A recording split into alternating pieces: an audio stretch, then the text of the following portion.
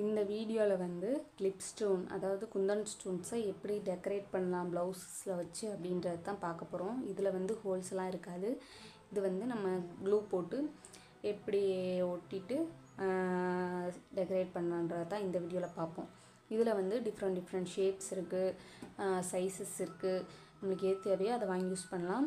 இது வந்து திலகம் ஷேப்பு, இது வந்து ஐ ஷேப், ஏன்னா கண்ணு மாதிரி இருக்கு இல்லையா, அதனால் ஐ ஷேப்னு சொல்லுவாங்க. இது வந்து ரவுண்ட் ஷேப். இதுலேயே டிஃப்ரெண்ட் சைஸஸ் இருக்குது. இதுலேயே ட்ரையாங்கிள் இருக்குது, ஸ்கொயர் இருக்குது, இந்த மாதிரி டிஃப்ரெண்ட்டு இந்த மாதிரிலாம் இருக்குது. நம்மளுக்கு எது தேவையோ அதை வாங்கி யூஸ் பண்ணலாம். இப்போது இந்த திலகம் ஷேப்பில் எப்படி டெக்கரேட் பண்ணலாம் அப்படின்றத இந்த வீடியோவில் பார்ப்போம்.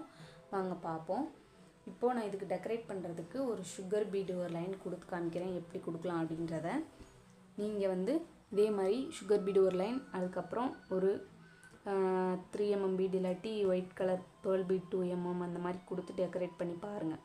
இப்போது கொஞ்சம் தள்ளி திலகம் ஷேப் ஸ்டோன்னா நம்மளுக்கு எப்போவுமே அந்த ஷேப் ஒழுங்காக வரணும்னா தள்ளி கொடுக்கணும். அதே மாதிரி தள்ளி கொடுத்துக்கலாம்.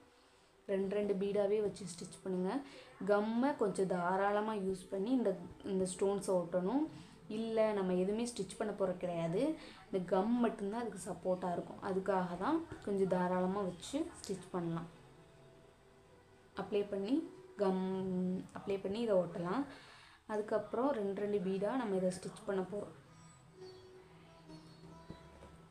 இந்த மாதிரி ஸ்டிச் பண்ணிவிட்டு இப்போது இந்த இடத்துல நம்மளுக்கு பார்த்தீங்கன்னா கொஞ்சம் திலகம் ஷேப் கிடச்சிருச்சு. இதை விட ஷார்ப்பாக வேணும்னு நினச்சிங்கன்னா இதுக்கு மேலே ஒன்று வச்சோம்னா அது இன்னும் கொஞ்சம் ஷார்ப்பாக இருக்கும். ஆனால் பார்க்குறதுக்கு கொஞ்சம் ஒரு மாதிரி இருக்கும். அதனால் நான் இதோட நிப்பாட்டிக்கிறேன். இந்த மாதிரி எண்ணாட் போட்டுக்கலாம்.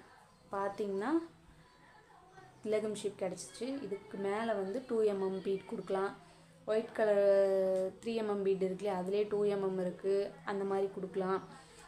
இந்த மாதிரி கொடுத்தீங்கன்னா ப்ளவுஸில் வந்து புட்டாஸ் கொடுக்குறதுக்கு ரொம்ப அழகாக இருக்கும்.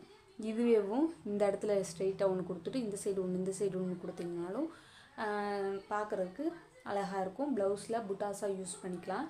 இதே மாதிரி இதை கொடுத்துட்டு பேக் நெக்லேயே இதை கொடுத்துட்டு இதே மாதிரி கொடுத்துட்டு சுற்றி ஒரு லேயர் மாதிரி கொடுத்தோம் அப்படின்னா அது பார்க்குறதுக்கு ரொம்ப அழகாக இருக்கும். இனிமேல் வர வீடியோஸ் எல்லாமே சிம்பிளாக ஈஸியாக தான் இருக்கும். நீங்களும் வேகமாகவே ஆரி கற்றுக்கலாம். வாங்க அடுத்த வீடியோவில் சந்திக்கிற வரைக்கும் பாய்.